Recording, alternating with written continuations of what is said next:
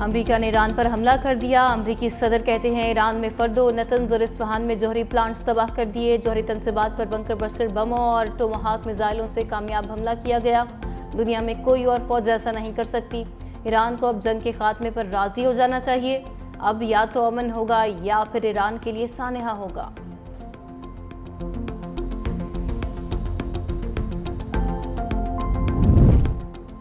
امریکی حملے سے پہلے ہی جوہری تنصیبات کو خالی کرا لیا گیا تھا۔ ایران نے جوہری تنصیبات پر ایرانی امریکی حملے کی تصدیق کر دی۔ ایران کا جوابی کارروائی کا بھی اعلان، کہا اب ہمارے لیے جنگ شروع ہو چکی ہے، پرامن ایٹمی پروگرام جاری رکھا جائے گا۔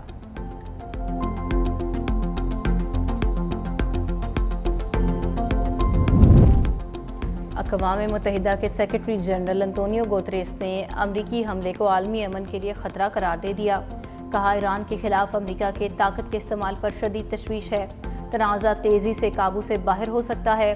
عام شہریوں، پورے خطے اور دنیا بھر کے لیے تباہ کن نتائج نکل سکتے ہیں۔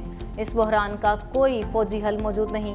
آگے بڑھنے کا واحد راستہ سفارتکاری ہے۔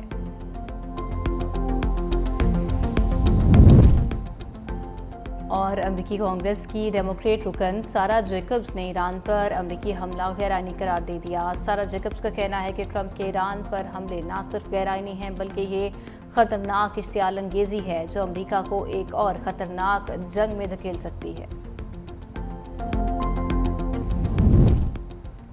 ایران کی جوہری تنصیبات پر حملوں سے جنگ کا آغاز ہو گیا۔ یمن کے حوثی اکثریتی تنظیم انصار اللہ کے سیاسی بیورو کا کہنا ہے یہ واضح ہو چکا ڈونلڈ ٹرمپ دشمنی ہی چاہتے ہیں۔ ایران کی جوہری تنصیب کو تباہ کرنا جنگ کا خاتمہ نہیں بلکہ یہ ایک آغاز ہے۔ اب مار کے بھاگ جانے کا وقت ختم ہو چکا ہے۔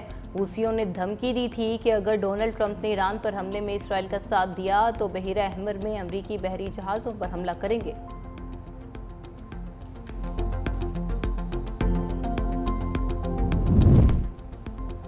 اسرائیل کی ایران کے خلاف جاری ہے تو شہر قم پر ڈرون حملہ۔ پاسداران انقلاب کی القدس بریگیڈ کے سربراہ سعید آزادی شہید۔ اسرائیلی ڈرون نے رہائشی عمارت کی بالائی منزل کو نشانہ بنایا۔ اسرائیلی حملے میں حزب اللہ کے شہید سربراہ حسن نصر اللہ کے خصوصی محافظ بھی جام شہادت نوش کر گئے۔ حزب اللہ نے ابو علی الخلیل کی شہادت کی تصدیق کر دی۔ اسرائیل نے عراق سے تہران جاتے ہوئے نشانہ بنایا۔ ایرانی جوہری تنصیب پر بھی حملہ کیا۔ ایرانی حکام کے مطابق اصفہان حملے میں کسی خطرناک مواد کا اخراج نہیں ہوا۔ بمباری میں ایک اور ایرانی ایٹمی سائنسدان شہید ہو گیا۔ عالمی برادری اسرائیل کو روکنے کے بجائے فون گھمانے میں مصروف۔ فرانسیسی صدر کا ایرانی ہم منصب مسعود پزشکیان کو ٹیلی فون۔ خطے کی موجودہ صورتحال پر تبادلہ خیال۔ میکرون نے کہا کہ ایران کو ایٹمی ہتھیار حاصل کرنے کی اجازت نہیں دی جا سکتی۔ تہران کو ایٹمی پروگرام پرامن ہونے کی ضمانت دینا ہوگی۔ یورپی طاقتیں ایران سے جوہری پروگرام پر مذاکرات تیز کریں گی۔ جنگ سے نکلنے کا راستہ موجود ہے۔ ایرانی صدر نے جواب دیا، ہمارا ایٹمی پروگرام پرامن مقاصد کے لیے ہے۔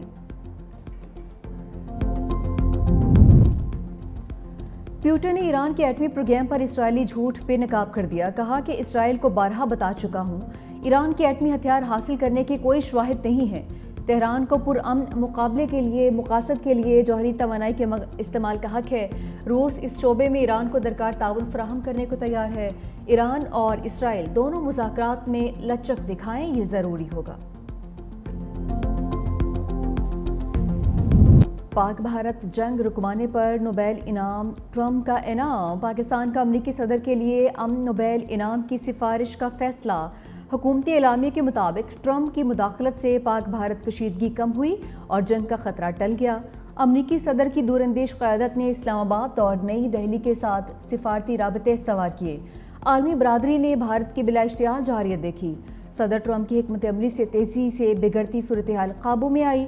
2026 کا نوبیل پرائز دے کر خراج تحسین پیش کیا جائے۔ ٹرمپ نے بھی نوبیل انعام کو خواب آنکھوں میں سجا لیا۔ کہا کہ پاک بھارت جنگ رکوانے پر مجھے نوبیل پرائز ملنا چاہیے۔ یہ لوگ مجھے نوبیل انعام نہیں دیں گے کیونکہ یہ صرف لبرلز کو ہی ملتا ہے۔ مودی سرکار سنتاس معاہدے کی معطلی برقرار رکھنے پر بازید۔ بھارتی وزیر داخلہ امت شاہ کا معاہدہ بحال کرنے سے انکار۔ کہا ہم وہ پانی جو پاکستان جا رہا تھا نہر بنا کر راجستھان لے جائیں گے۔ پاکستان سے سنتاس معاہدہ کبھی بحال نہیں کریں گے اور یہ معاہدہ کبھی بحال نہیں ہوگا۔ پاکستان جانے والے پانی کا رخ اندرون ملک استعمال کے لیے موڑ دیا جائے گا۔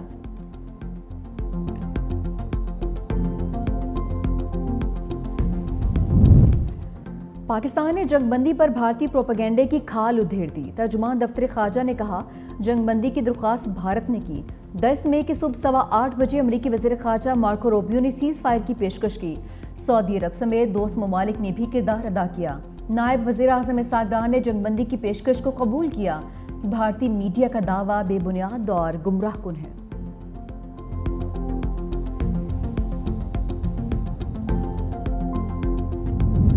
Child, we will educate, we will launch them to teach, study and learn. And that is the philosophy of People's Party. We intend to do more. We inshallah will do more. But slowly we'll catch the bunny. My then Finance Minister Naveed Qamar, I called him over and I explained the program to him. He understood. And mashallah, this program is where it is today. ایوانی صدر میں بے نظیر ہنرمند programme کا اجرا۔ صدر آصف علی زرداری نے کہا کہ BISP کے تحت تعلیم سمیت تمام حقوق فراہم کیے جا رہے ہیں۔ BISP کے اجرا میں سید نوید قمر کی کاوشیں قابل ستائش ہیں۔ پروگرام کے ذریعے قوم کے بچوں اور بچیوں کو ہنرمند بنایا جائے گا۔ تقریب میں خاتون اول آصفہ بھٹو زرداری بھی شریک۔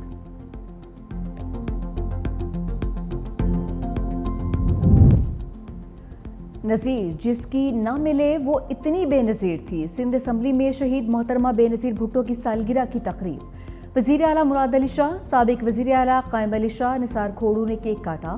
وزیر اعلیٰ سندھ مراد علی شاہ نے کہا کہ محترمہ بے نظیر بھٹو صرف ایک سیاستدان نہیں، ایک نظریہ تھیں۔ مجھے فخر ہے میری سیاسی تربیت شہید بی بی نے کی۔ سینئر وزیر سندھ شجیل میمن نے کہا کہ شہید بی بی مظلوموں، غریبوں، خواتین اور نوجوانوں کی آواز تھی۔ پوری زندگی پاکستان کے عوام کے حقوق کے لیے وقف کر دی۔ ملک بھر میں شہید بے نظیر بھٹو کی سالگرہ کی تقریبات، جیالوں نے کیک کاٹے، جیے بھٹو کے نعرے بھی لگائے۔ بلاول بھٹو کا سکھر کے شہریوں کے لیے تحفہ۔